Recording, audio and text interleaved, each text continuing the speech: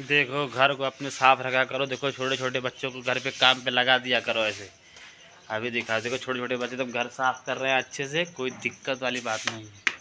दिखाता हूँ, देखो क्या कर रहे हो तुम बच्चे लोग हैं।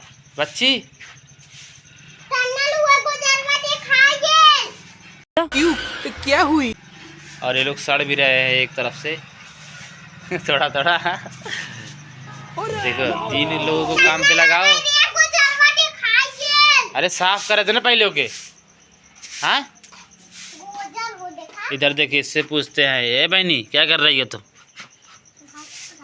हाँ क्या होगा इससे?